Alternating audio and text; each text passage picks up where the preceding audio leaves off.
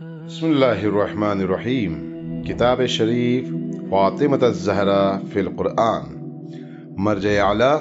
جہان تشیع حضرت آیت اللہ العظمیٰ سید صادق حسینی شیرازی دامد اللہ کی تالیف شدہ کتاب ہے۔ یہ کتاب در حقیقت ان قرآنی آیات کا مجموعہ ہے جو حضرت صدیقہ کبریٰ فاطمۃ الزہرا سلام اللہ علیہا کی شان میں نازل ہوئی ہیں۔ مرجع علی قدر نے ان آیات کو کتب عامہ کی روایات سے ثابت کیا کہ یہ تمام آیات اہل بیت اور خصوصاً حضرت زہرا مرضیہ علیہ السلام کی شان میں نازل ہوئی ہیں، جس کے نتیجے میں لوگوں پر حجت تمام ہو جاتی ہے۔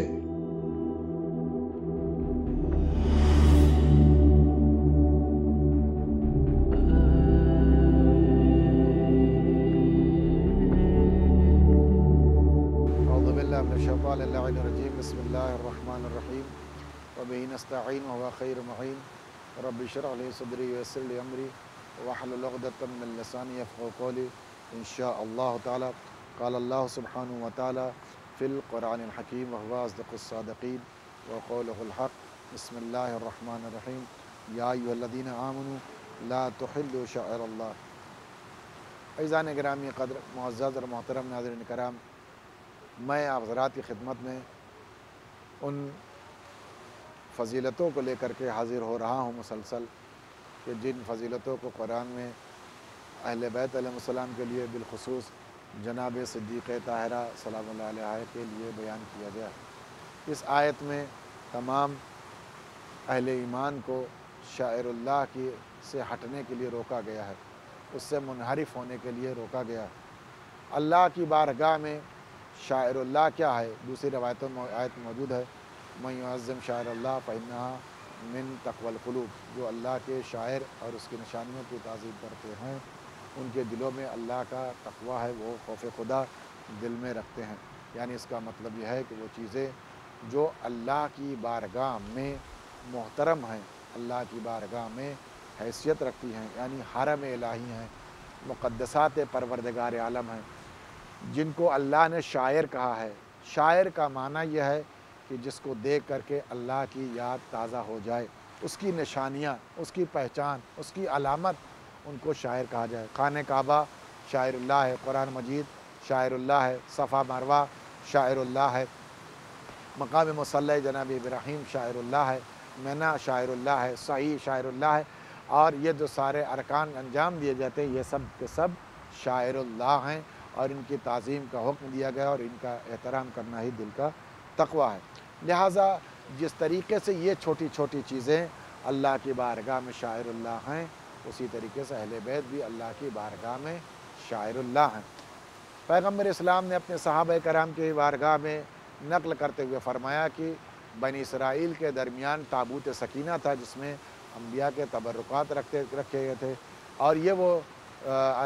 تابوت تھا جس کا احترام کرنے کا حکم اللہ نے انہیں دیا تھا کہ اگر تم اس کا احترام اور اس کی تعظیم کرتے رہے تو تم خداوند عالم کی بارگاہ سے برکتیں حاصل کرتے رہو گے، لیکن اگر تم نے اس کی توہین کی تو تم سے یہ برکتیں دور ہو جائیں گی۔ ایک عرصے تک یہ تابوت ان کے درمیان رہا، لیکن جب ان جو ترقی یافتہ دور آیا اور تھوڑا سا ان کے اندر روشن خیالیاں پیدا ہوئیں تو اس تابوت کو یوں ہی چھوڑ دیا، اور لوگوں نے بالخصوص ان کے بچوں نے اس کے اوپر رسی باندھ کر کے ادھر سے ادھر پھرانا شروع کیا۔ اللہ نے اس تابوت کو واپس بلا لیا۔ اب یہ تابوت جب امام علیہ السلام تشریف لائیں گے تو ان پر اتارا جائے گا۔ عزیزان گرامی، یہ تابوت سکینہ ہے، آپ غور فرمائیں، اس میں انبیاء کے تبرکات ہیں۔ اس کے لیے حکم یہ ہے، روایت میں موجود ہے، خود علامہ الجسی علیہ الرحمہ نے حیات القلوب میں نقل کیا ہے کہ پیغمبر نے فرمایا کہ حکم پروردگار تھا کہ نہ اس تابوت کے آگے جانا نہ اس تابوت کے پیچھے رہ جانا، ہمیشہ اس تابوت کے ساتھ ساتھ رہنا، اس کی تعظیم کرنا۔ جو تابوت کے آگے جائے گا وہ بھی مارا جائے گا، جو تابوت کے پیچھے رہ جائے گا وہ بھی ہلاک کیا جائے گا۔ اس کے بعد پیغمبر نے فرمایا، نحن اہل البیت کا تابوت سکینہ، ہم اہل بیت بھی تابوت سکینہ کی طرح ہیں، لہٰذا نہ اہل بیت کے آگے جانا اور نہ اہل بیت کے پیچھے رہ جانا، ان کے ساتھ ساتھ رہنا۔ اگر ان سے متمسک رہو گے تو اللہ کی بارگاہ میں تم سرخرو ہوتے رہو گے اور خداوند عالم کی بارگاہ میں عزت و تکریم کے مستحق قرار دیے جاؤ گے۔ عزیزان گرامی، اس آیت سے معلوم ہے کہ شاعر اللہ کی تعظیم کا حکم دیا گیا ہے اور شاعر اللہ سے اختلاف کرنے کا اور شاعر اللہ سے ہٹنے کے لیے روکا گیا ہے صاحبان ایمان کے لیے۔ ہم روایت نقل کرنا چاہتے ہیں اس آیت کے ضمن میں، جو آیت سورہ مائدہ کی آیت نمبر 2 ہے، اس کے متعلق حافظ قندوزی حنفی نے اپنی سند سے امیر المومنین علیہ السلام سے روایت نقل کی۔ امیر المومنین نے ایک خطبے میں اس آیت کے ضمن میں فرمایا، نحن الشاعر والاصحاب والخزنۃ والابواب، میں اللہ، ہم لوگ شاعر اللہ ہیں اور ہم اصحاب ہیں اور ہم ہی اللہ کے علم کا خزانہ اور اللہ کی بارگاہ تک پہنچنے کا دروازہ ہیں۔ لہٰذا جس کو چاہیے ہے کہ اللہ کی بارگاہ تک پہنچنا چاہتا ہے تو ہم اللہ کی بارگاہ میں شاعر اللہ ہیں اور عظیم شاعر ہیں، لہٰذا ہم سے متمسک رہے اور ہماری تعظیم اور احترام کرتا رہے، اور ہم ہی اللہ کی بارگاہ میں پہنچنے کا دروازہ ہیں، داخل ہونے کا دروازہ ہے۔ پیغمبر امیر المومنین علیہ السلام نے نحنو کہہ کے بات کی ہے، اس میں اہل بیت شامل ہیں اور اہل بیت میں جناب معصوم عالم صدیقہ طاہرہ سلام اللہ علیہ بھی شامل ہیں، جن کے لیے یہ روایت ان کو شامل کرتی ہے کہ جس طریقے سے بخشش کے لیے، شفاعت کے لیے امیر المومنین کی ولایت شامل حال ہے، ان کی محبت، اسی طریقے سے جناب فاطمہ زہرا سلام اللہ علیہ کی ذات بھی جو ہے شفاعت کا مصداق ہے، لوگوں کی شفاعت کرے گی اور آپ کی محبت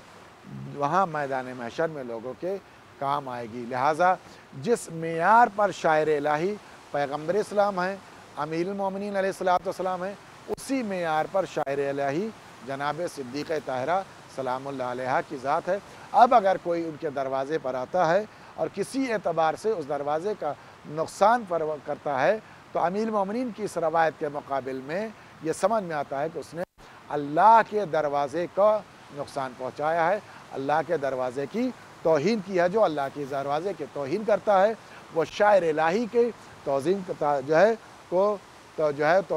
ہے، اور جو شاعر الہی کی تعظیم میں کوتاہی کرتا ہے تو اس کے دل میں خوف خدا نہیں ہے، اور جس کے دل میں خوف خدا نہیں ہے پھر اللہ کی بارگاہ میں کسی بھی قسم کی